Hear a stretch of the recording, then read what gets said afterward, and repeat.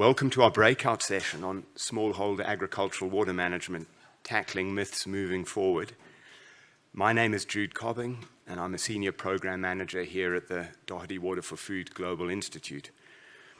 But this session is really the brainchild of my colleague, Dr. Nicole Lefort, who want to do something a little different today. We all know that there are many myths around smallholder agricultural water management and irrigation. In other words, cherished beliefs or ideas about the sector that are not necessarily true and which hold it back. Combined, these myths make it much harder to make progress towards better outcomes. And one of the myths that I know about is the myth that we don't have any groundwater left in sub-Saharan Africa, so we can't use it to irrigate. But not everyone agrees. We don't always agree on what these myths are. One person's myth might be another person's gospel truth. So we wanted to bring you, the audience, much more into the discussion today, hence the different room layout. So this is how it's going to work. We'll start with 4 10-minute presentations with our distinguished speakers, each one referring to one or more myths in the sector. We'll then open the floor to you, the audience, in a 25-minute guided discussion. We'll ask you to be open and honest, and even controversial if you like. We'll then sum up with a perspective from our colleague from the African Union. So without further more ado, it's my great pleasure this morning to introduce the speakers to you today. And our first speaker, Dr. Claudia Ringler, is Director, Natural Resources and Resilience at the International Food Policy Research Institute. A thought leader on water for food, Claudia has close to 30 years of experience in conducting research on the intersection of water, food, and ecosystem health in partnership with collaborators from Africa, Asia, and Latin America. I think I'll introduce more. I think no need to do more. Oh, sure, okay. No, I think it's enough. Take it away, Claudia, take it away. Yep. Okay, thanks. Yeah, the big question is slides. Good. Okay, yes, unfortunately my name is not Ali, but we do have Ali here as well. We all tried to come up with different myths and complementary myths to some extent, and it was good to hear already Jude's, the first myth is, that small-scale irrigation is sucking up all the groundwater in sub-Saharan Africa, and that's why we can't actually promote this technology. So the one I decided to go for, after hearing what some of the others were doing, is small-scale irrigation technologies are too expensive and therefore require subsidies. And so I was looking for some arguments for this myth, and thankfully right away I found something on Indian farmers are unable to switch to solar power because of steep costs. Crowdfunding can help. Brazil's, because we have a lot of people from Brazil here, Brazil's coffee farmers turn to costly irrigation, even for very high value crop, but they call it costly, so they find it difficult. And then there is actually this Uganda solar irrigation subsidy program, and I found a report, newspaper article on that online, and that article claimed that the program only benefits large farmers because the average cost of putting one of these systems on the ground for 1 hectare is about $8,100. So yeah, that sounds quite expensive. So then, we would say, yes, this is really too expensive, and that's the main thing we have to work on. And so basically now debunking this myth, or some arguments could be that yes, there are some costs, but costs are not the only factor that really hinder farmers from taking up the technologies, and of course the technologies are not really all that expensive. So other factors that actually might be a bigger challenges for farmers are real or perceived access to water. Basically lack of access to water, but it could be real, or it's just they think there is no access to water. Lack of information is a very big factor for affecting the take-up of small-scale irrigation, and of course really the machinery, what's available, where, when, and spares and repairs. And I'm just using a few, there's lots out there, but I'm just using a few studies that we have recently done.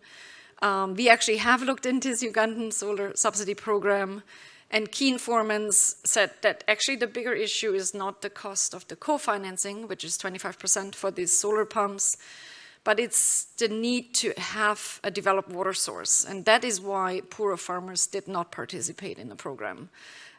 because they had to show that they have an existing water source developed. We also, and then on the knowledge side, we did another study for a cluster farming program in Ethiopia. The program was supposed to provide 1 million farmers with solar pumps. In the baseline, not a single farmer had a solar pump, and we only did 600 households. But what we also found out is that the knowledge and information about these solar systems was very low. So 80% said they have zero knowledge, they don't know what this is. Despite that, 60% wanted to buy one. 16% said, they've heard of that word, but they really don't know how this works. And 76% of them still wanted to buy it. And then, only 3% said they have average knowledge. The share of, wanting to buy is still quite high. And the 2% who said, yeah, we really know what it is and how to operate it. And then about 60% actually still wanted to buy it. But basically, I think the main message here is no knowledge whatsoever was the prevailing situation when we asked about this technology. And in the same survey, we did a community survey with key, elders and so forth, just about the areas where this cluster farming was taking place. And we felt access to the electric grid was an important factor for this kind of very intensified farming system. And so that was already very variable. But among the other challenges that they mentioned was obviously, there's no real machinery available, no irrigation machinery, and they wouldn't know where to get it. That's why they're not doing it. And then, interestingly, only 12% were accessing groundwater, and of course not with solar pumps, but with diesel pumps. But for them, not having access to surface water simply meant not having access to water, because they have no idea what is underground. And so that is also in Ethiopia a very big hindrance for the development of groundwater-fed small-scale irrigation technologies. And then various other issues, fuel, repairs, spares, etc. So that's a big factor. But it came out pretty clearly that for them, if they don't have surface water, that means they don't have water, and that's why they think they cannot do small-scale irrigation.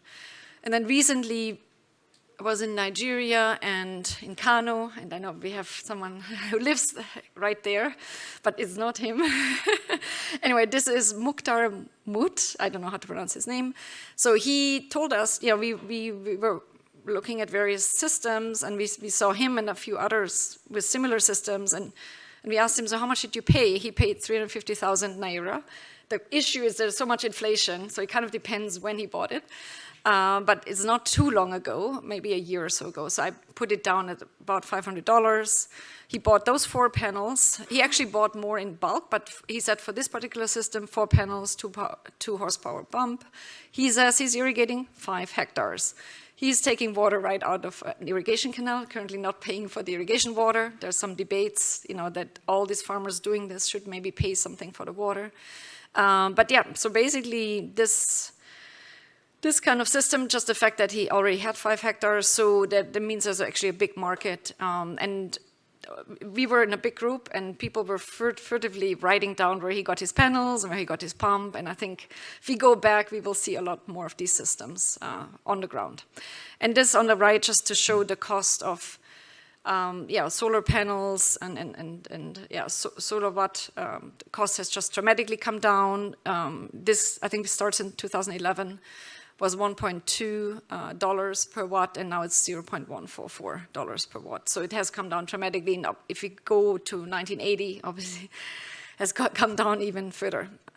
Then the final point, and the final slide that was part of my my message, that just because these technologies are costly, it really doesn't mean that subsidies are the solution.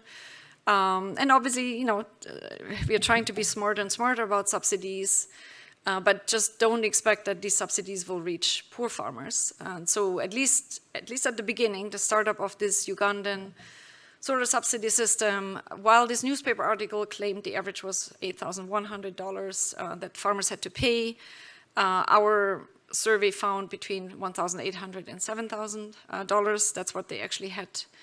That was the total cost of the system, and the farmers have to pay 25% of it. And 80% of the farmers we interviewed, they self-financed the co-financing, which tells us again, those are quite well-off farmers, and they're well-off because they already had a developed water source, and various other reasons. So it included members of the elite, local government officials, land-owning members of Uganda's diaspora. That means they live in the United States, for example, not in Uganda. And also some businessmen who are actually not farming, but they all knew how to get access to the subsidy more readily than the traditional farmer. But later farmers are starting to access credit, so that means we are, they're all covered, and so now the more typical farmers are also getting access to these systems, because when they actually do need to get credit to buy, to pay for the 25%, it's a pretty good signal that we're reaching more average farmers, but obviously still well off. And then also we found out that sometimes they took the credit, now they already have to pay off the credit, but the system just didn't arrive. And that can put farmers also into debt. So making these things work very well is extremely important. And just to know, the interest in solar systems is very high. So 80,000 farmers are currently on the waiting list, and they did provide 4,000 systems. But anyway, so that was the myth. The systems are too costly, and that's why we need subsidies, and you heard my counter arguments, and you can refute them, but I think we'll first maybe hear the other speakers. Thank you.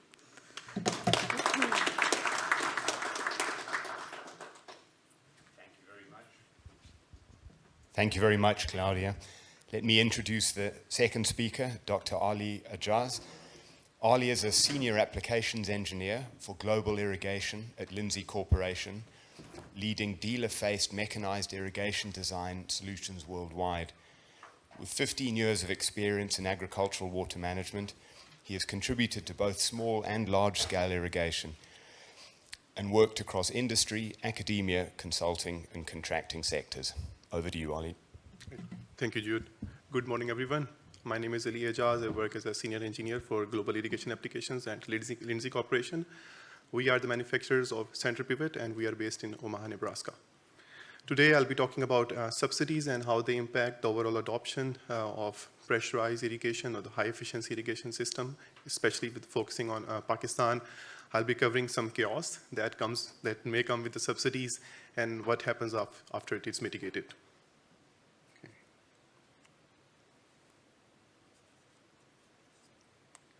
All right. Let's start with a brief background or introduction for Pakistan. It stands at 4th rank in terms of irrigated areas in the world after China, India, and United States. 80% of the land is, the cultivated land is irrigated, mostly from the surface irrigation. They have a huge network of canals.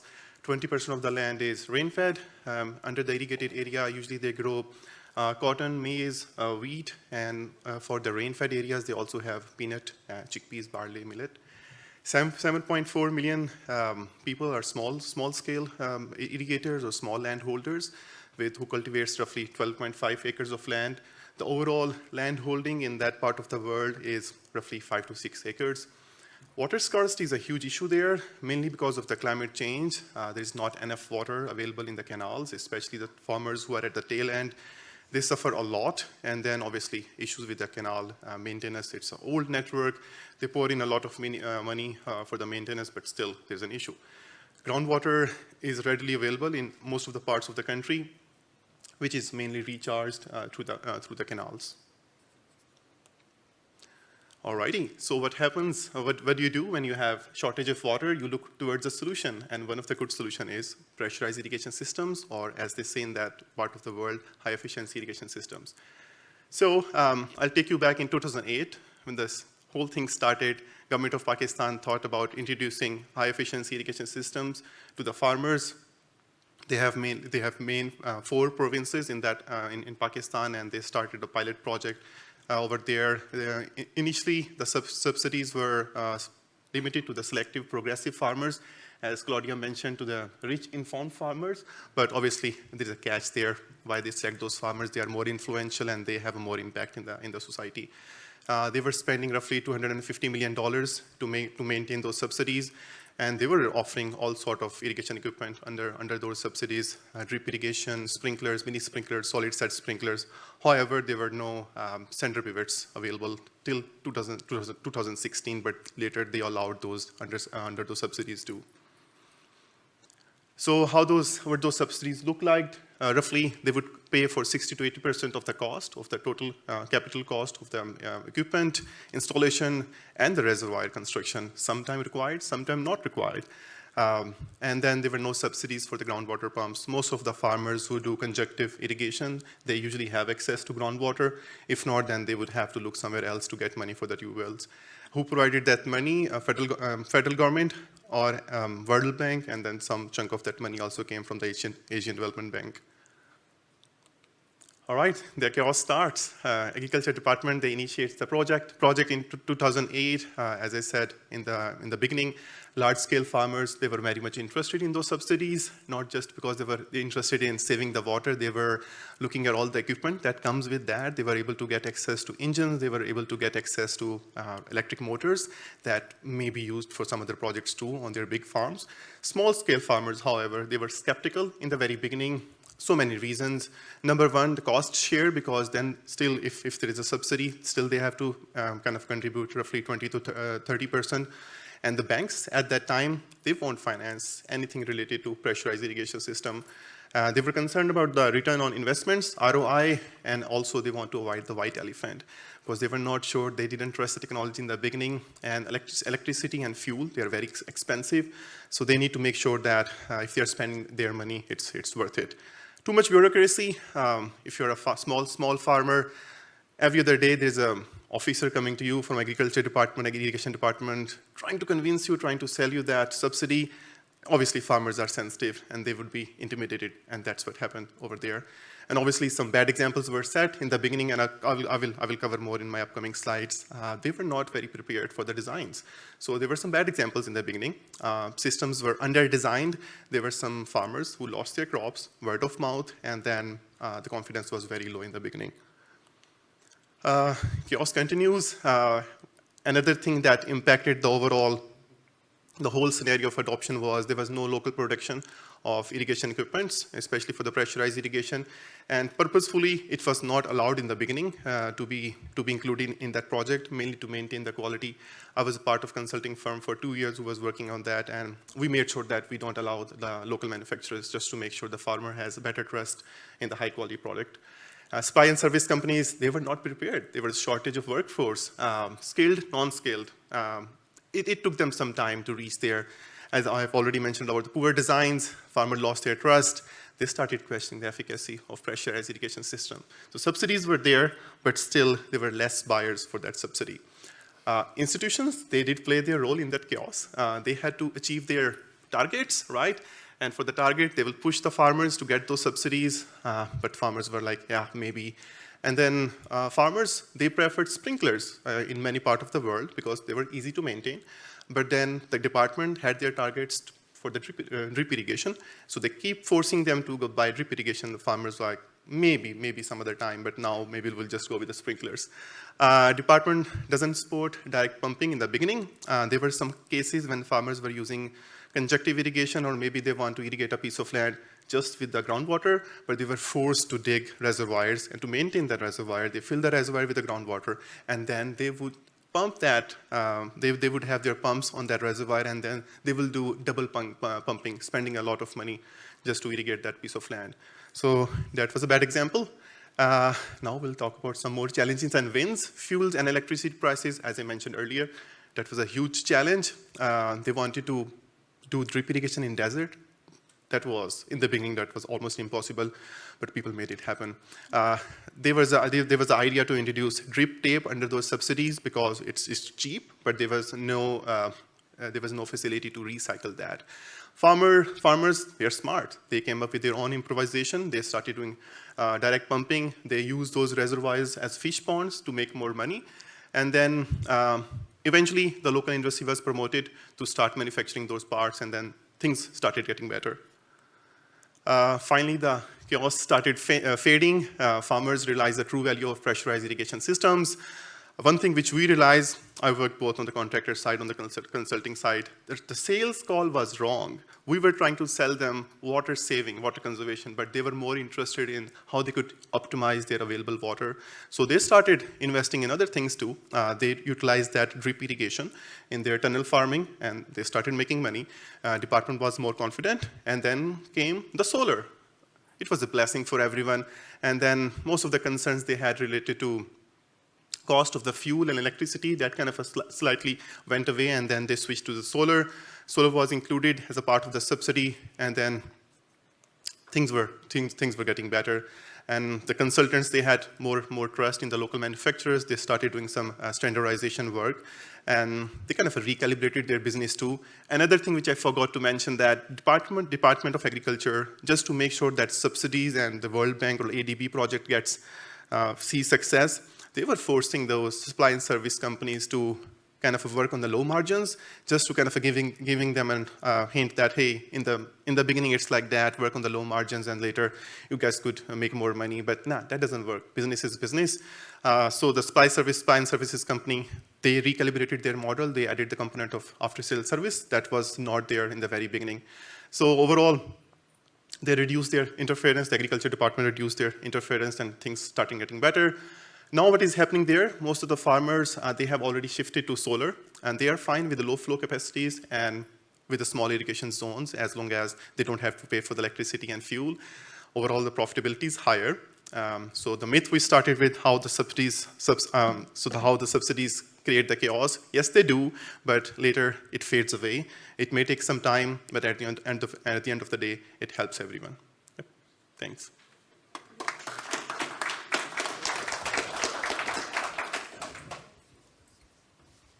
Thank you very much, Ollie. Our third speaker this morning is Dr. Saleh Tagvian. Saleh is an associate professor and irrigation engineer at the Department of Biological Systems Engineering, right here at the University of Nebraska-Lincoln. His research activities are focused on improving irrigation design and management to protect the quantity and quality of limited agricultural water resources. Over to you, Saleh. Thank you very much. Good morning, everyone. And if you don't live in Lincoln, welcome to beautiful Lincoln on this beautiful spring day. I want to bring to you the perspective from Nebraska. And we've heard a lot about some of the issues in other parts of the world, in sub-Saharan Africa and Asia and other places. But that's the intention of this presentation, and to share some of the similarities. I also want to acknowledge my collaborator, Brock Johnson, who's the urban conservationist with the Nebraska NRCS, and we work together on this project. So in Nebraska, like I said, we've talked about other parts of the world, but we have this food security or insecurity issue in Nebraska. It's estimated that 66 counties out of 93 counties in Nebraska, people have some challenges with accessing food, and especially nutritious food. You add this to the declining rural grocery stores, that makes it much more difficult for people in some of these rural counties to access fresh produce, and we have a challenge there. Vulnerable communities like children and seniors are especially at risk. I think in 2016, the estimated cost, the medical cost for lack of access to nutritious food was about $300 million in Nebraska. What we do in response to that is we have started our own small-scale irrigation demonstration project at a couple of places across Nebraska. So that's something that we work with NRCS on. We are blessed to have a good group of faculty members and graduate students. Akeem right there is a very hard-working graduate student working on these projects. So that's one of our high tunnels. A short one, you see squash, tomato, and jalapeno peppers. And they also have their own challenges. So that same beautiful tunnel a couple months ago was like that. The wind lifted it up, moved it a few feet, and then it collapsed under the weight of ice. So anyway, that's what we try to do, but a couple of myths that I wanted to share with you with my perspective here. One is that there's no need for technical support for these small systems. They're DIY. In the US at least, you can go to many different websites and buy a package for raised beds or tree gardens or vegetable gardens, and it comes with a catalog and everything. You're good. You don't need anything. And what I'll share with you is I've found this to not be true, and I'll share with you one example. So this is a tomato producer. It's not a very big greenhouse, maybe the size of this room. It's operated and owned by a family. It's a father, and with the help of his daughter, and they hire a couple of relatives, and they run this. They sell to Walmart and other grocery stores. This is in northeast Nebraska. What they intended to do for the emitters, and they're there with attached to the black PE pipe there, their intention was to purchase non-leak emitters. But what they actually did, because they didn't know the difference, is they bought pressure compensating. They didn't understand the difference between that.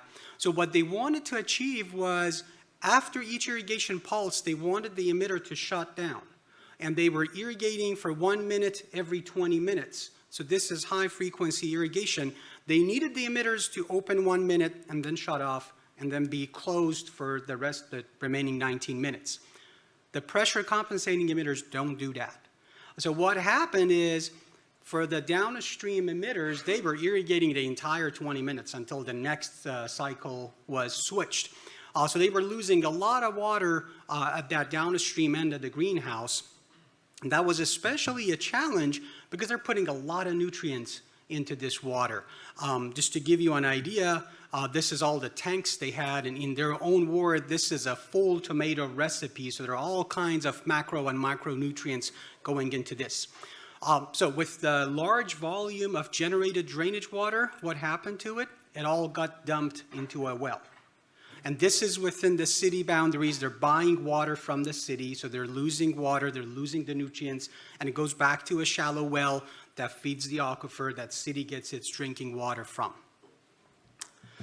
Okay, this was similar to a visit I had to Uganda, as Claudia was mentioning, maybe one of the solar panels. I think they had that 25% cost structure. Very good, very good. So this is, for those of you who are familiar, this is, I think, north of Jinja. In the Doho area. But anyway, so the solar panel irrigated small-scale production. But the same thing, so these are cacao trees, and there's overhead. I don't know if there's a laser pointer here or not, but there's an overhead of sprinklers on the image to the right.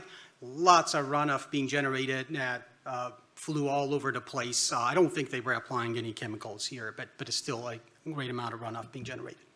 And the second myth is the lack of surplus production. Our observation shows that these small-scale production systems could be producing a lot of fresh produce.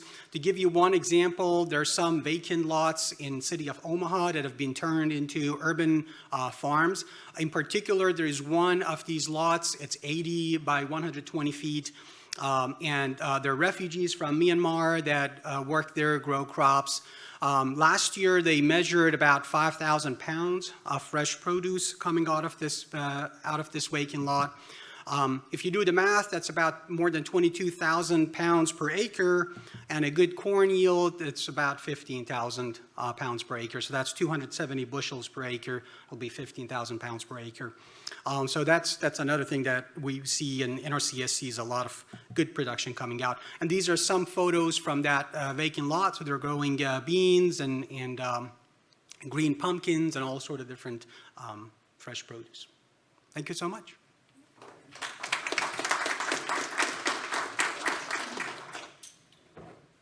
Much. Thank you, Saleh. Our final short speaker this morning is Dr. Doug Merry. Doug is an anthropologist with over 45 years of experience working on water resources, especially irrigation management, in Asia and Africa. He has field experience in Pakistan, Sri Lanka, South Africa, and many other countries besides. And amongst other achievements, Doug started the regional office in South Africa of the International Water Management Institute. Over to you, Doug. Thank you. I'm amazed at how different each of our four presentations are. So mine takes a case study of the Kandaji Dam in Niger, on the Niger River. And the title is Albatross or Panacea for the People. Was there an alternative way to prosperity?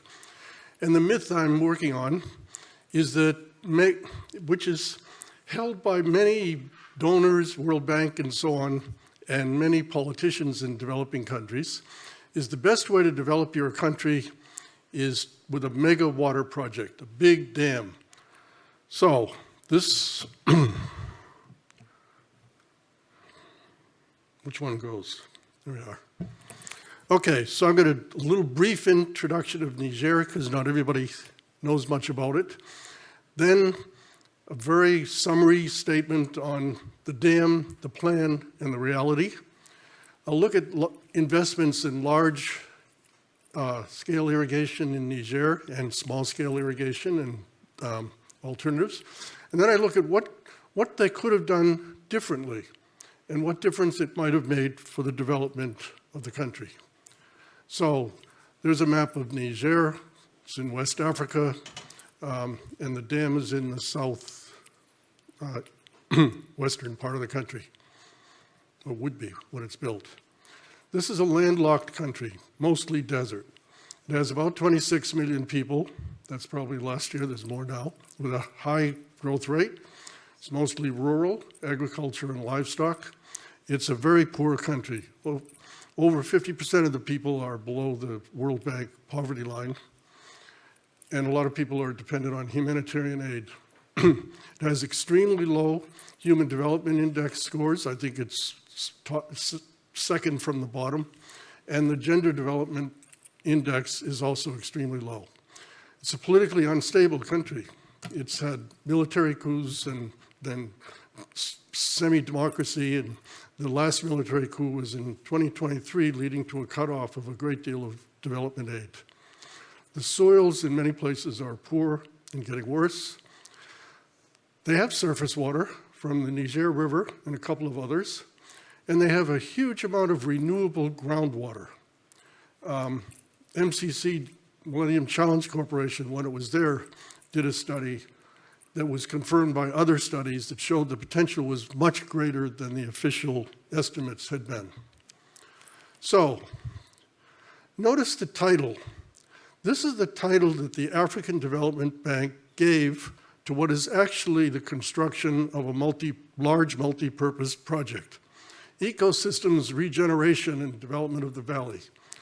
Well, a lot of people there's a lot of research that suggests it's done the worst thing possible to ecosystems downstream, but never mind, I'm not addressing that. It was proposed in the 1970s. Studies in feasibility studies and designs and so on started in the late 1990s, early 2000s. It's a multi-purpose dam, or hopefully will be someday, producing a lot of hydroelectricity, reducing their import of electricity from Nigeria. And it's supposed to irrigate 45,000 hectares and provide clean water to Niamey. The construction finally began in 2011. And progress was very slow, partly because they hired a Russian company that had never built a dam before. And they were fired. And they hired another company, which was doing a bit better, but it stopped after the 2023 coup at a level of about 30% completion after all those years. These cost escalations are the estimated costs. I don't actually have figures for the actual amount actually spent to date, but it's probably a big amount. So you can see the costs have been escalating. 1.3 billion is the sort of latest one that estimate that I saw. Huge expenditures over a long period of time. There is not 1 hectare of irrigation. There is no electricity being generated. There's no clean water being given to Niamey. Parallel to that, the country also invested a lot of money in large-scale irrigation. These are mostly expensive pump schemes. They're very expensive to build, ranging between $10,000 and $25,000 a hectare. Even in the 1990s, there were USAID studies that showed extremely high cost and suggested not building these things. The official estimate is there were 34,640 hectares of large schemes, but some estimates are a lot lower, even half that. It's around 16% of the total irrigated area. I estimated, using a figure of $15,000 a hectare, that they've invested at least $415 million. The operational costs are high because these are pump schemes, and they're not using solar. So they're very costly schemes, they're not sustainable, and they're continuously investing in rehabilitation, so-called management reform, and so on, with little to show. So I think there was an alternative path that they could have followed, consisting of small-scale irrigation, and I say solar electricity here, but I'll change that just a little bit in a minute. There is very strong evidence, both from Niger and from other sub-Saharan African countries and from Asia, that small-scale irrigation contributes very significantly to increasing food security, the resilience of farms to droughts and so on, and to household welfare. The data are very clear on that. They're much cheaper. The benefits begin accruing quickly. You buy your pump, you install it. If you have a source of water, you already have a well or surface water, you start pumping and start producing. There is a potential to target to specific populations, for example, women or very small holders. Not easy to do, but it can be done. And a market-driven small-scale irrigation value chain, if it's developed properly, will respond to price signals in the market. It will stimulate additional investment, private investment, and it creates employment. In 2016, after about 6 years of discussion, they did agree on a national program for small-scale irrigation. It was a very good one, by the way, and I know the person that led it, or knew him when he was around. And the World Bank and others financed pilot projects, all of which were very successful in the evaluations after the projects. But it was a fraction of the amount of money going into the large-scale irrigation and into the dam, a real small fraction. Solar energy. Affordable energy was the most critical rationale for the dam in the first place. But Niger produces oil and gas. They could have created gas-driven electricity generators for a fraction of the cost of the dam. And now, keep in mind, this is a desert where the sun shines just about all the time. Solar energy is a very profitable investment. And to give the bank a bit of credit, they have currently an $800 million project that is promoting not so much small-scale irrigation, but a little bit is there, but more community and household-level solar systems. So, to conclude, I think there's a plausible case that investing in the Kandaji Dam in large-scale irrigation has significantly delayed Niger's development. But it's not too late to divert investments to small-scale irrigation and solar energy. There is money, any money that's planned for the dam, some of it at least, maybe all of it could be diverted. And I think there's a lesson here for other countries. A lot of countries are investing in large dams, and it's sort of come back. People have forgotten the Commission on Dams back in the year 2000. Even the World Bank is now looking into investing in large dams. Kenya has a very large one that is underway and very controversial. And particularly countries like Niger with very little indigenous experience and expertise in constructing large-scale water schemes should be especially wary. And Niger depended 100% on the foreign consultants hired by the World Bank and the African Development Bank. So I think I pretty much, with this case, demolished the myth that the way to develop a country is to invest in large-scale irrigation and large dams. Thank you.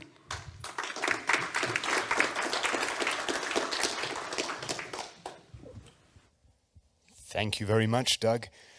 So I'd like to move us on to the sort of second part of this morning's session. And before I do that, I'd like to introduce my colleague, Dr. Nicole Lefort. And Nicole is the brains behind the session.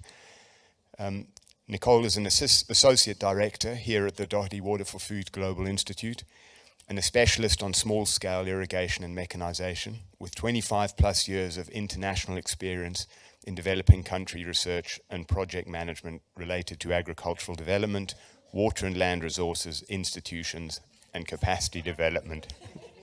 Over to you, Nicole. It's on. Great. Thank you. Next time we'll make sure to edit down our introductions.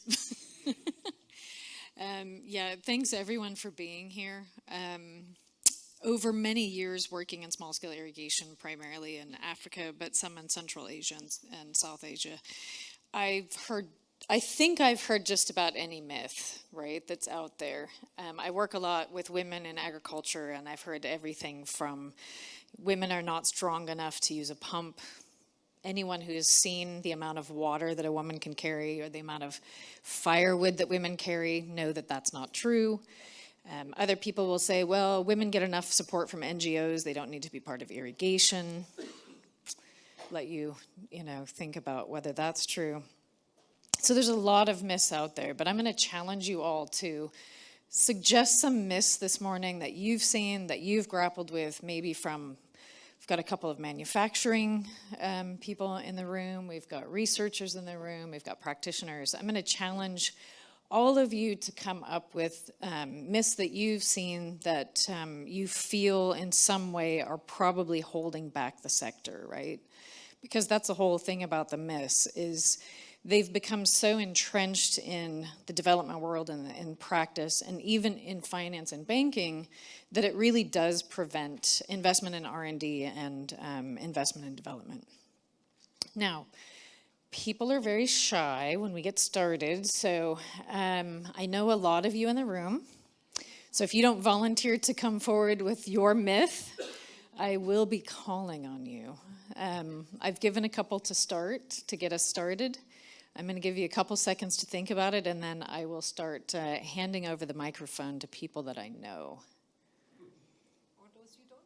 Or those I don't know, but we'll at least start with those I know, and then we'll start picking on those that I don't. Fantastic. I don't have to be the bad guy this morning. Oh, and please introduce yourself. I'm Adajel. I'm from Sudan originally. I worked for the USDA for the last 23 years. I want to talk about a conspiracy or a myth. These two are a little bit go hand in hand, especially in the countries we are talking about, sub-Saharan Africa or Asia. For example, in Sudan, there will be a conspiracy. Like Doug will come and say, you don't need a mega project.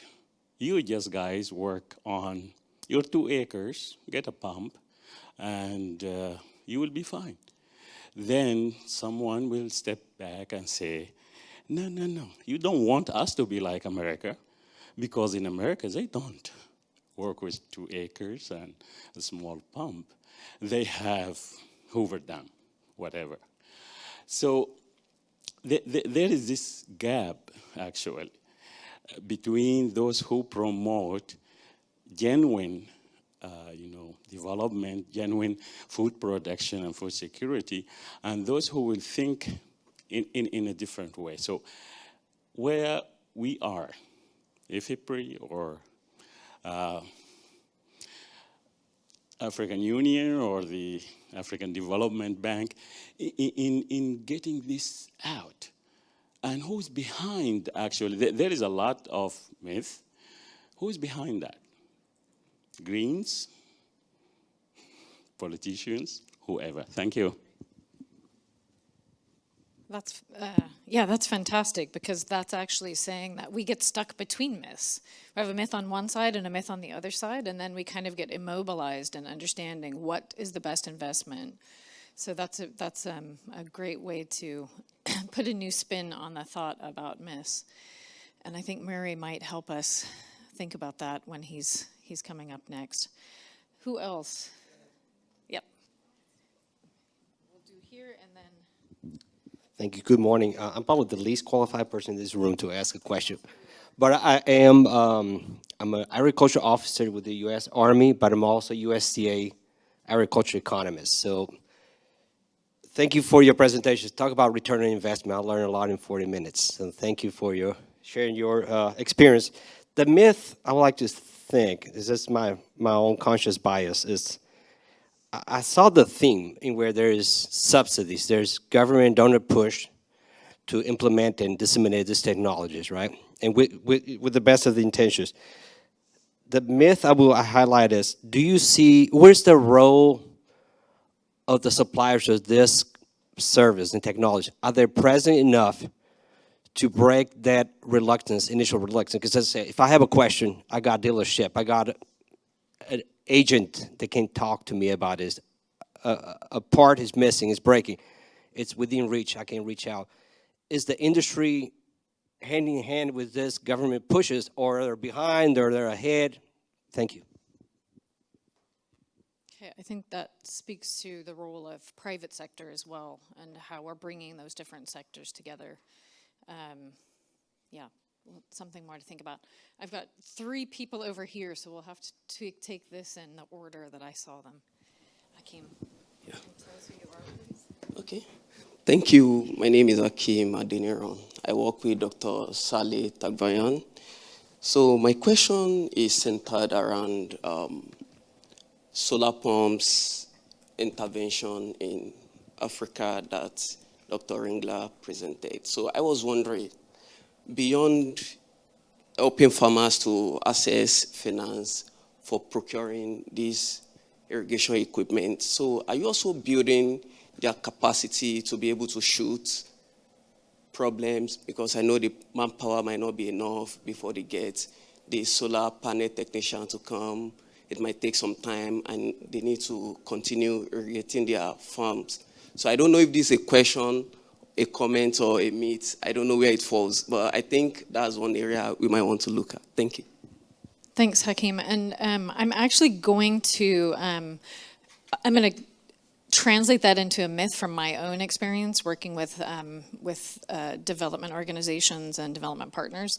One of the things that there's a belief in is that if you ask the private sector to step in rather than a government program, the private sector has all the capacity they need, so you address the capacity issue. But our experience working with the private sector is actually there's a lot of capacity gaps still for the private sector. So just pushing private sector forward and saying, okay, you've got all the capacity you need, you can do this, you don't, we don't need the public sector. There is definitely a myth around what capacity is available, what capacity sits with the private sector, and what capacity the private sector needs. So that's a really important point. Samir. Myths, right? Yep. Give us a little preview. Hi, my name is Samir. I run a solar pump and irrigation company in Africa. Can I address a myth that was I think one of the questions you had around private sector, one of the challenges, as I represent one company in the private sector, one challenge that we face is that there aren't enough of us, basically. So no, the the question you're asking is, we're not everywhere and there aren't enough of us. So that's like a huge issue. So I don't even think that's a myth, that's a fact. Unfortunately, it's much true. We have other representatives from a water pump company here, but from a operator and distributor perspective, who we finance, we operate, we have sales agents, there's really no one else. And that's a big challenge because the myth is true.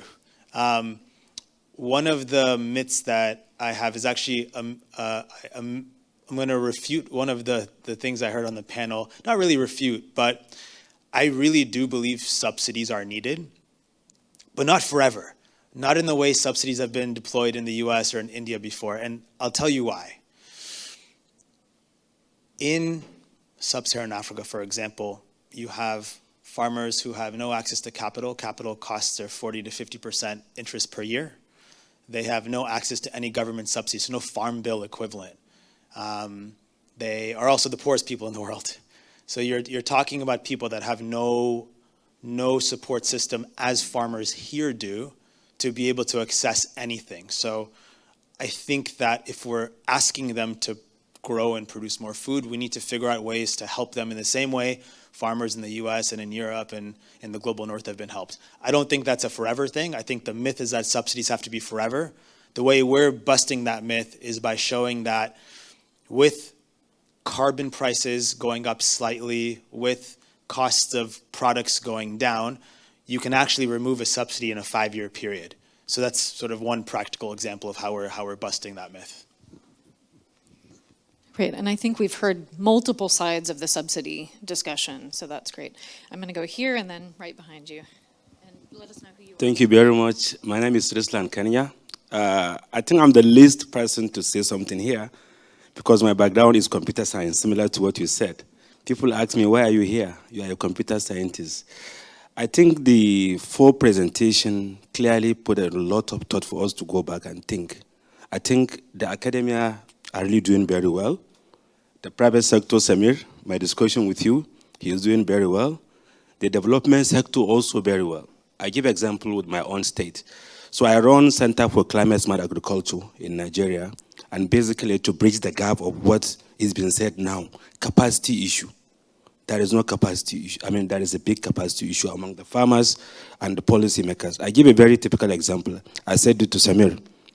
AFDB funded solar-powered pumps to Nigeria. I think about 50,000 solar pumped.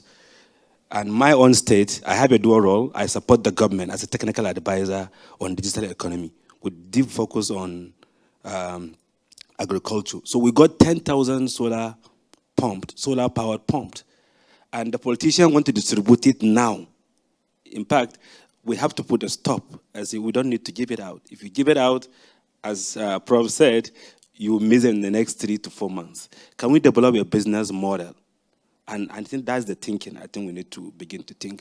I think my major area of interest here, I would say, is we need to accelerate our efforts. Shouldn't be annual conference. I think we need to do more. We need to do more. We need to engage more with open technology. We need to be very aggressive in addressing. I have a specific problem now. I have 10,000 solar pump. How can I get help with the science, with the irrigation? For example, the government just want to deploy the pumps. I said, no, where do we have water? I think that's one area someone said. I think it's very critical. We need to be very, very aggressive in pushing a business model altogether. Thank you. Great, so if I translate that into a myth, it might be something around if you just give them the pumps, that's all they need, and they can take it from there. So I think that's another one that we do here. Just it's that equipment push as opposed to looking at it things holistically. Well, hi, good evening. It seems like it's been a long week. My name is Michael Davidson. I'm here actually representing a nanobubble technology company, but I rise here as someone who's been a climate smart agricultural consultant in the Global South for the last 35 years. And I also rise in support of the gentleman from USDA. I'd like to make 3 quick points. The first, that there is a myth that there is no, don't throw things at me, that there is no corruption in the North. We talk about corruption being a huge issue in the Global South. If you look at the last Brookings Institution report, it will show you that the North funds projects to achieve the Sustainable Development Goals in the South on the order of $25 trillion a year. I consulted for major international companies, I won't name them, and believe me, we fly first class, we stay in 5-star hotels, and we parachute in, and then we hop the first train out. That happens over and over again. So don't think that the money, you know, problems with money and corruption is just in the South. So that's number one. Number two, as far as being on the ground, I think there is a huge myth. I do a lot of lecturing on climate smart agriculture, and usually about halfway through, someone will say, Michael, we love what you're saying about soil regeneration, about water use efficiency, but we just can't afford to do it right now. And I tell people, I'm locking the door, because the great myth is that these things are not cost effective. And when you think about it, what is efficiency? Efficiency is another way of saying conservation. We increase the efficiency of labor. We increase the efficiency of water. We increase the efficiency of applying nutrients. We increase the efficiency of everything. And anybody who's out there, and my colleagues, if we don't get smallholder growers to return the investment on the systems we put in 1 year, we have failed.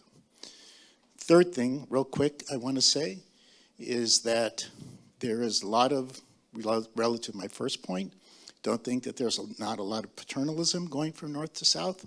Why do we call it in the South capacity training, and in the North we call it education? And I'm really incensed when people talk about irrigation equipment, and it still happens today that it's good enough for Africa, and they would never approach any grower in the United States and say, take this equipment. They would laugh at you. And I've tried that. I've done my own, you know, it's hard enough to do what we need to do in the South with cheapened equipment. It's hard enough to do what we're doing. You have to use the highest quality equipment. Thank you. Yeah, I think that will resonate very well in this room. The issue of the quality of the equipment is really, really important. And that goes back to some of the questions around what's cheap versus what's best. Jenny, you had your hand up. Yes, hi, my name is Jenny Barron. I work for the Swedish University of Agriculture Sciences, and nowadays I deal both with North and South water for ag things. But one myth that no one has really spoken very much about is the fact that from some actors, sustainable intensification with irrigation is always detrimental to water resources and environmental goals. And this is a very strong myth in certain communities of practice. And there is a sub-myth there that there is less environmental impacts with small subsistence or small farmer irrigation development. And I think that we need to have better facts to inform the trajectories forward on these water resources, environmental issues as well. Thanks. All right, I was going to put Karen on the spot, but I won't. Okay, we have another. I think we have time for one more.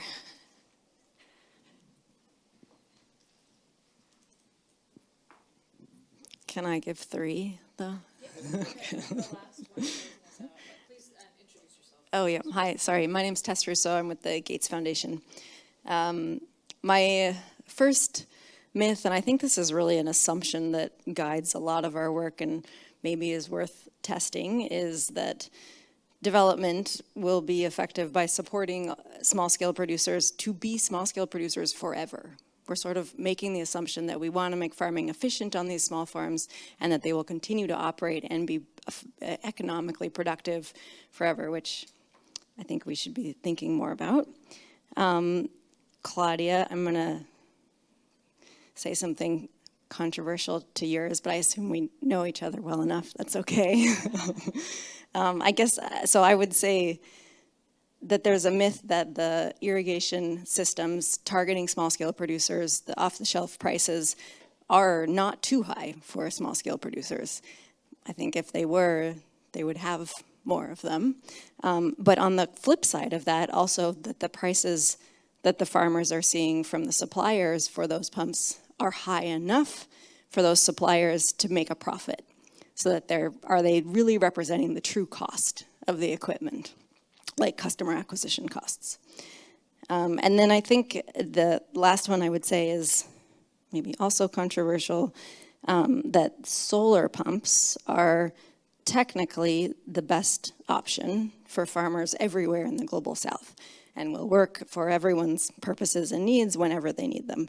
And I think that's something we need to think about and also maybe acknowledge that there's a preference from the global north for pushing this technology because we are trying to reduce emissions that the global south really contributed nothing to. So, thank you. Yeah. Put an exclamation point, especially, on all three, but especially that last one. I think that is kind of the time that we allowed for this discussion. I am grateful for all of the contributions. I know that there's more. We've just scratched the surface on this. And I think that what's come out from the discussion is that these myths are having an impact. You know, these assumptions, these tensions are actually having an impact on what is happening in terms of the type of support, the types of programs, the types of investments. So I think that that's part of the idea of having this discussion, is to understand how our assumptions, oftentimes without evidence, are actually impacting what we're doing. And I'm handing back over to Jude. Oh, thank you very much, everybody. That was really, really interesting, and so much is going on in my head having listened to those. Thank you, Nicole. I'd like to move us into the third stage of this morning's program, and in doing so, I'd like to introduce my colleague, Dr. Murray Agbon-Nahor. Murray is a senior agricultural economist at the African Union Commission. He's attached to the African Union's Specialized Technical Office for Semi-Arid Food Grains Research and Development, Ouagadougou, Burkina Faso. He coordinates regional and national domestication and implementation of African Union agri-food systems development strategies and frameworks related to climate-smart technologies and inclusive agricultural value chains development. And Murray will give us a perspective from the African Union, and in particular the strides and energy at the moment on the continent behind irrigation and across all scales. So Murray, over to you. Yeah, thank you, Jude, and thanks, colleagues, for the insights. I think when I was coming, I said we are coming to bust the myth. But now it's like I'm more confused because I think the myths are still there. It depends on how you look at it. In terms of smallholder irrigation, small-scale irrigation, at the AU level, that is the focus, and the reason for that is obvious because if you look at majority of the farmers in sub-Saharan Africa, they are smallholders, and with that, African Union, we believe that if we target smallholder irrigation, that is the best way to really go.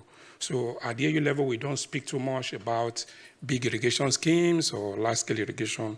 We focus on small-scale. So, but let's just looking at the myths that have been raised here. I think I will look at them based on some of them are they have social origin, some of them have economic origin, and my brother they added the political origin also to it. That are they really not conspiracies?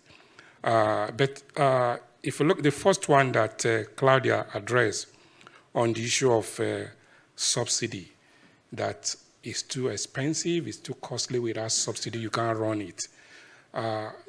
If we look at it based on the equipment cost, then we'll say, okay, but there are other costs that are associated with smallholder irrigation, cost of security, they have to take transportation. So if we look deeply at this myth, I think it will help us to have a roadmap on how we can really push forward or advance smallholder irrigation. So the whole idea about this, what I'm taking from this is that let's take a deeper look, a deeper dive into what we call myths. In some extent, they may be myths, but on other level, they may not be myths. If we really look at them deeply, they give us an idea of the way forward on how to promote small irrigation. At the AU level also, at the African Union level, we have adopted the framework for irrigation development. Smallholder irrigation is key in that because majority of most of the expansion irrigation in the continent has come from smallholder. And unfortunately, most of this is not estimated. The data we get about irrigation in the continent, East Africa is doing 4%, 6%, but we know that is underestimated because this smallholder that is very beautiful and is expanding fast is not captured. So there's a need to actually look at the smallholder irrigation scheme and see how we can capture them and develop them to improve food production. I don't want to go into the myths that have been raised because I have some notes here, but in terms of also subsidy, because there are a lot of talk, is really chaotic. But also, it depends on how we manage it. I think that is Ali's presentation, that if you really manage it well, you can avoid this chaos. Then also the issue of the private sector and capacity building. One of the myths that was raised here was that if you look at the gender aspect of it, that the irrigation is not designed for women farmers, because they can't handle the pumps, it's too technical for them.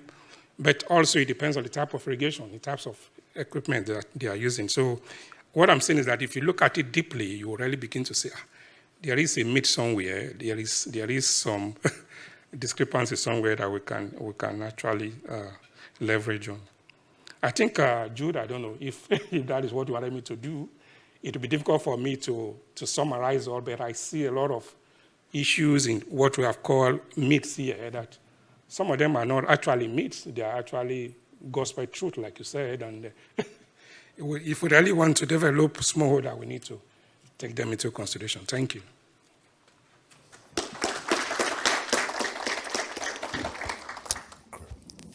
Thank you very much, Murray. Thank you. We do have an online audience, and we have a myth that's been posted by one of the online attendees, which I'd just like to read out to us. It's from Martin Fisher at Kickstart.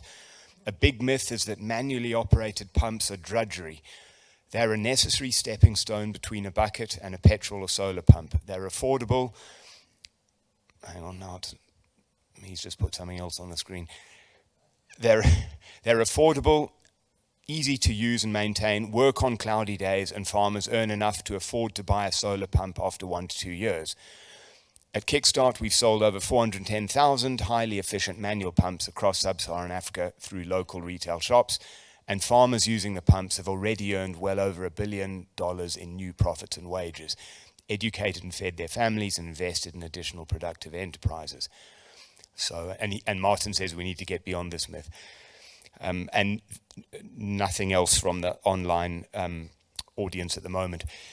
We have a little bit of time for a couple of questions or comments from anybody to any of the speakers before we wrap up. So I'd like to open the floor again for any final comments or questions from anybody.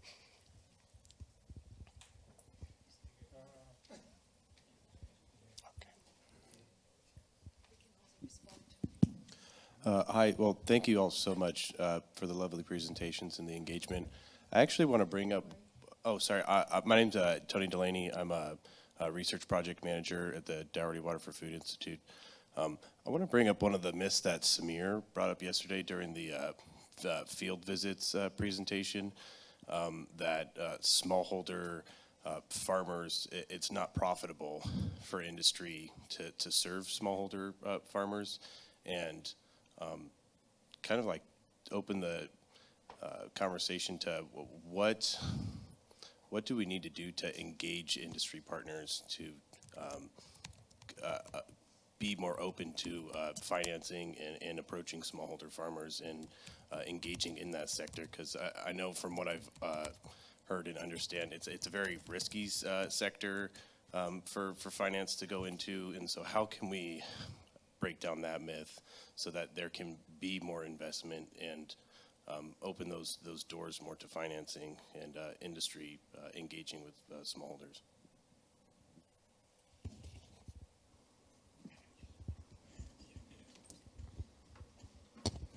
Thank you. Just, I was going to flag this. If you look at the continent, what we have noticed is that most governments in Africa, they are very happy to cut the ribbon. There's a launching, we want to launch a large-scale irrigation, the canal has been created, so that political presence, let's make noise. So the president or the minister is very willing to take the scissors and cut the ribbon. But when you have smallholder irrigation, there's no ribbon to cut. So they don't see that as irrigation. They will tell you, no, that is not irrigation. The irrigation is you must have canals, you must have big concrete structures, and that is a myth. But if you look at it, they are also looking at the next election. I'm not sure that I've done something, but we know that is not it. Yeah, thank you. Yeah, I think it's more about visibility, right? To get more votes, politicians.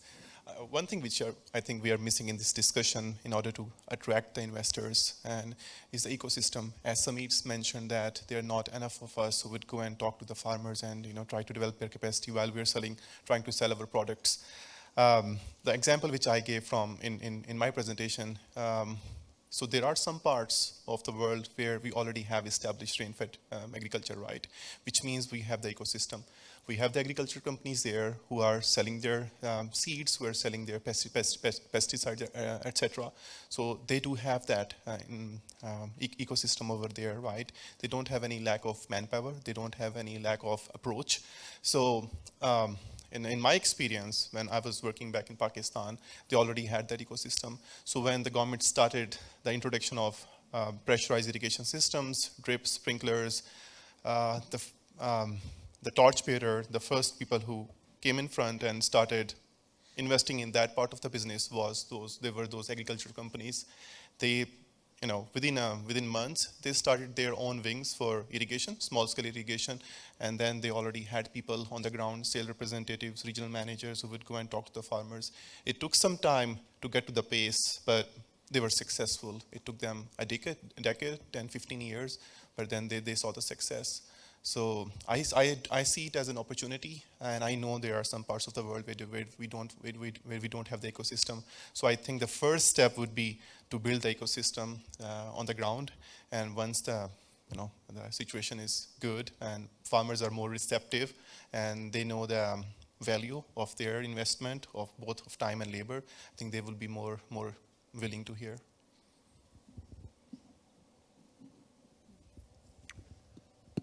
Thank you, Ollie.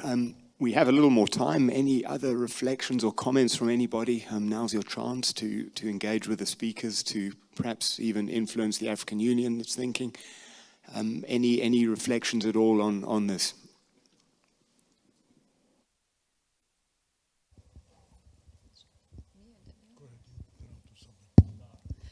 Okay, it's working, sorry, yeah.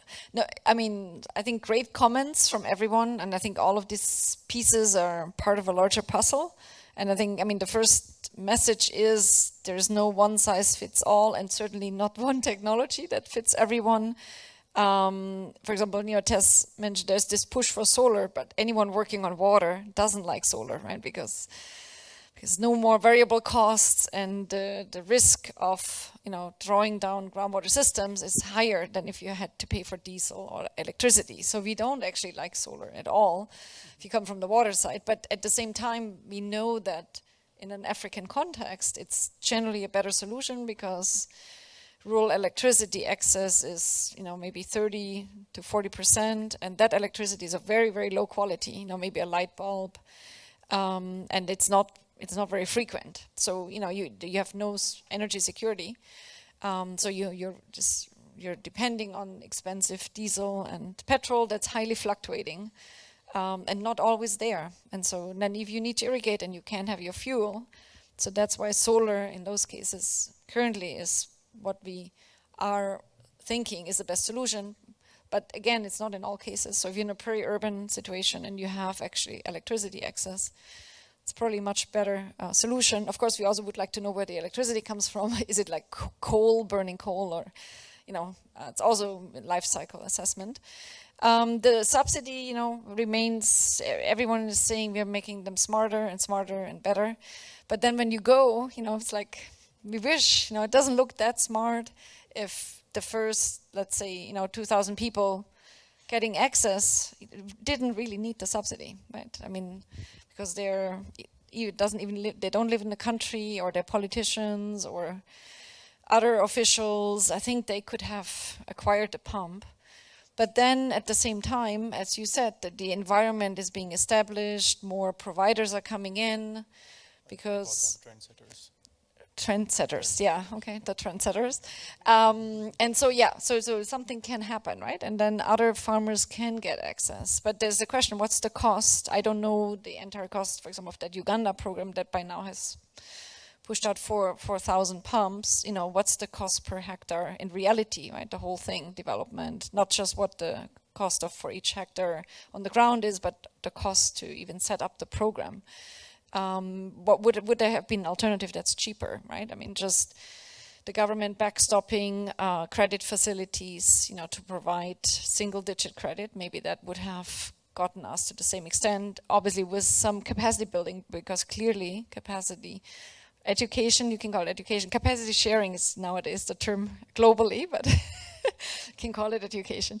Yeah, so we can certainly not live without that. We know the extension systems in sub-Saharan Africa are currently generally not focusing on irrigation, and that's a very big problem. So we definitely have a region where the environment, the ecosystem has not been developed, and there's many different pieces that have to come together. There's also definitely crop protection, because we talk about dry season. Farmers are not generally also, lack some information of what pest pressures they face in a dry season when there's fewer farmers compared to the rainy season, and things like that. So it's really not just the technology. And as I tried to say, the water source, it's a huge support needed on the water source as well, if you actually want to reach poorer farmers. At the end, the question is, what's your goal of a subsidy program? Jumpstart something regardless of who gets it, or you actually would like to increase equity of access to more productive farming? Yeah, thanks. You have a question back. Liana Caligari, I am the Global Program Manager at Institute of Ag and Natural Resources with Ag Research Division here at UNL. Thank you all for the presentation. So my background is livestock, and the myths in livestock and addressing the consumption of animal protein are like beyond belief. But it's very interesting to see how all these myths come together in the way how we can educate before we sell or bring in the technology. So one of my questions would be perhaps for Ali from Lindsay to address. How large companies like Lindsay or Beaumont here in the US, right, but also from Israel that are selling these very high technologies in irrigation can invest in the education? So I have knowledge and understanding of a lot of large center pivots that were installed in sub-Saharan Africa, but there is no understanding on how to manage or maintain this infrastructure. So perhaps one of the myths, but also fact that happen is they come in, sell, and walk away, and we have no service. So why am I gonna believe that this is for our benefit and not just for their own profit? So how do you see the companies addressing this with education and trainings locally, not just bringing people here that will never be able to go back? Thank you. I think in the context of large-scale irrigation systems, center pivots, we follow a very rigorous business model. We have our dealerships in each part of the world, in each region, each province. So those people who are sitting in those dealerships are local people, and they have their whole crew of servicemen, technicians who take care of that. We call it after-sale services, right?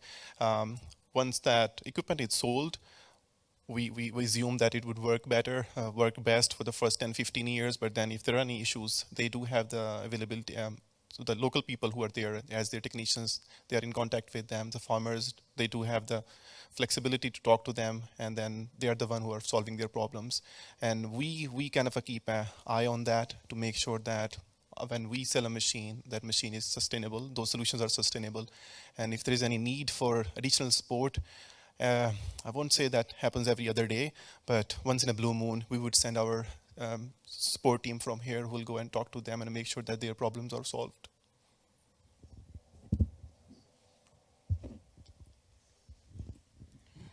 I wanted to tackle the question of politicians wanting to cut tape.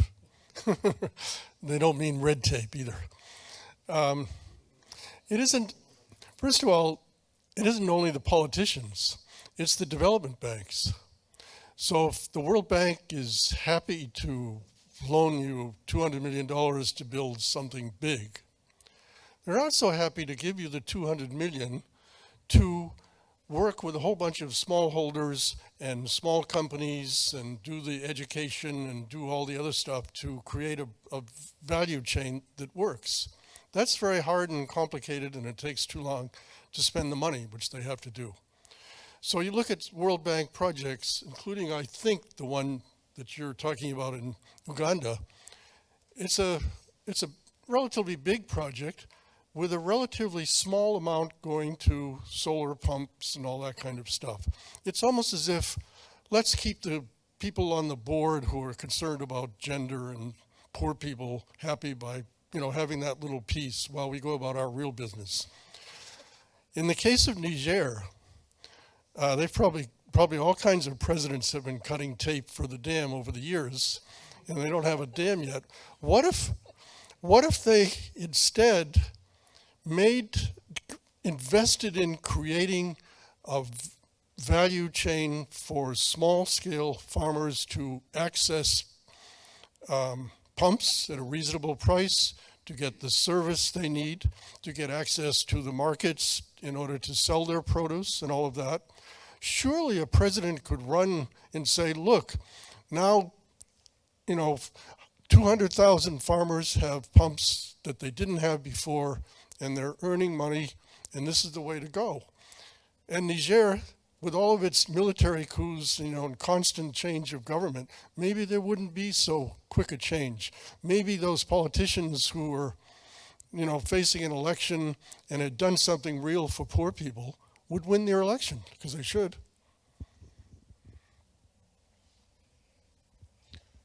We have time for one more comment, if anybody.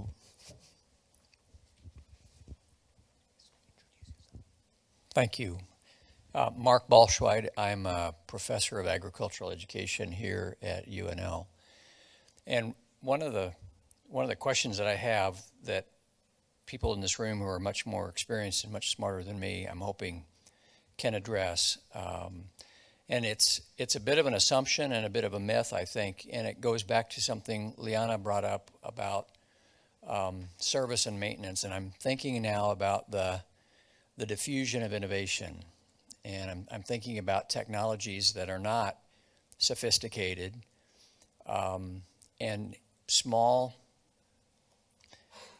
small-scale farmers, and even with a low level of technology, I think there's often a Western assumption that we have about an understanding of maintenance of systems, that when I think about not the innovators, not the early adopters, but I think about the majority and even late adopters, that in some cultures there's not even a word in the language for maintenance, that I'm going to take care of this in a preventative way so that it lasts. And my question really is, for those of you that work in these spaces, how do you address that when there's not an ecosystem of support that's there?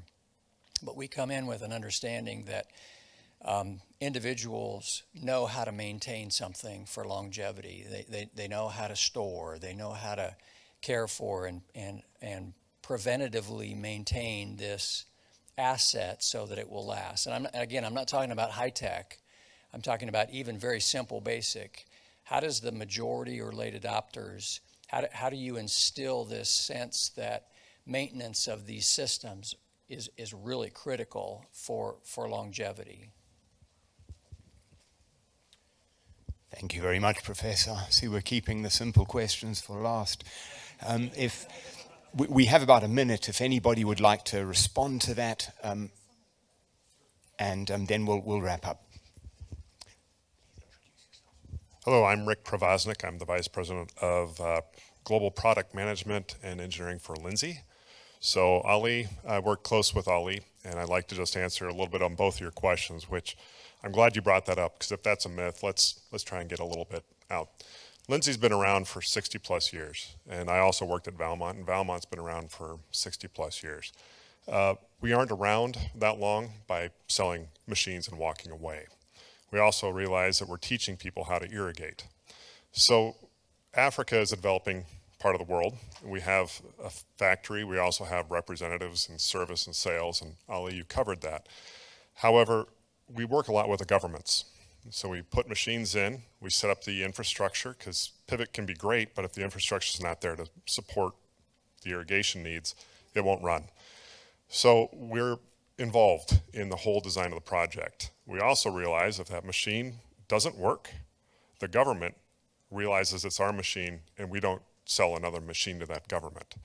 So we have a vested interest for a long-term relationship, and we're seeing that a lot in the Middle East. We've also done that in Rwanda with the Buffett Foundation, where we set up 500 machines in Rwanda. And that went from the well systems to the underground to the pivot to the training. So we went from 5-hectare fields, 2 to 5 hectare fields, and put in entire systems which were 50-hectare irrigation systems, and 500 of them. So it's not short-sighted, and we realize it's not just a machine. And it can be seen that way because out of a factory you ship a machine, but I work a lot with the backside, which is when it's out there, do they know how to use it? Do they know that it's going to last 15 to 20 years and possibly longer if you do it right? Because it's our reputation. And I speak for Lindsay, but I can say Valmont has a reputation as well, a good one. I can also say that I had calls yesterday where non-Lindsay or Valley lookalikes of those products were shipped, and they do it exactly as you say. We ship the product, and then we get blamed for it not working. So now we are stuck with a customer who thinks that, and we have to work our way through that. So there's a vested interest, and that's the good part about America is we have a reputation, and we're going to keep it. Otherwise, we won't be here long. Great, thank you very much. And we could, I'm sure, continue this conversation, and unfortunately, that's all we have time for today.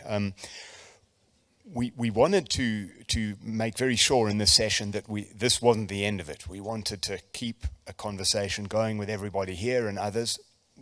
As I'm sure all of you would agree, we may not agree on what the myths are, but we do agree that they have a big impact. They set the context, they set the discourse, and they have a real impact. And that is probably something we all do agree on. So what we would like to do is collect some of these myths together and put them on the website so that we can continue the opportunity for dialogue and engagement. And we'll be asking our speakers to do a little blog post on their myths.